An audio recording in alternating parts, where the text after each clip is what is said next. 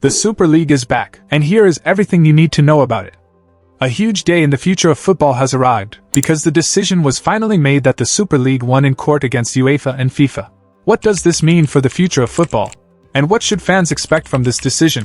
This court ruling means that the monopoly of UEFA and FIFA is over, and the new European Super League can officially be launched.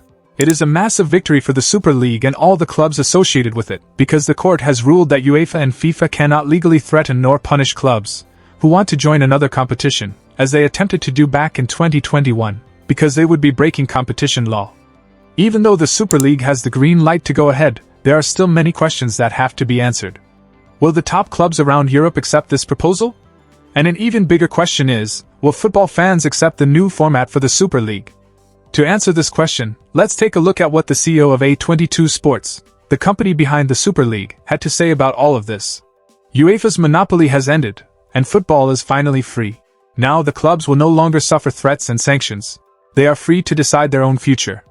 And when he was asked about what fans should expect from the Super League, he said, "Football is the people's game. For the fans, we are going to broadcast all of the Super League matches for free, because the current fan experience with multiple TV subscriptions is expensive and largely unsatisfactory. We want to put fans first by providing free access to all matches and an unparalleled cutting-edge experience."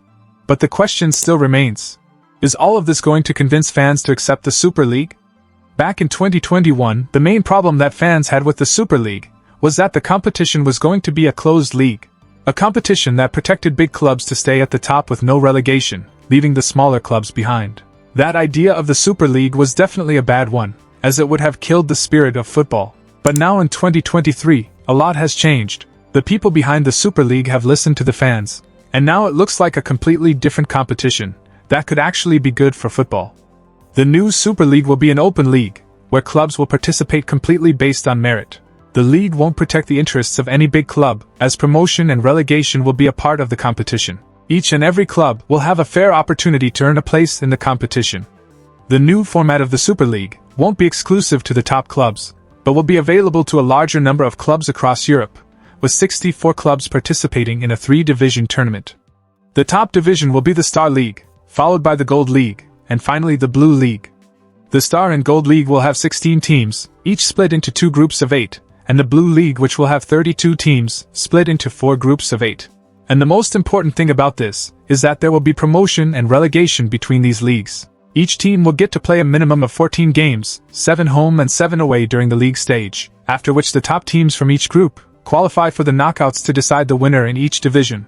The European Super League will help clubs take the power back into their hands, away from UEFA and FIFA, who still consider themselves as the savior of football. But in recent years, all we have seen from them is greed. They have changed competitions to increase the number of games, just to earn more money for themselves, all at the expense of the players. The Super League will help clubs generate and keep money they actually deserve, and not leave it to UEFA and FIFA to decide what share of the revenue they get. There's still a long way to go for us to see if this actually goes forward and replaces the Champions League.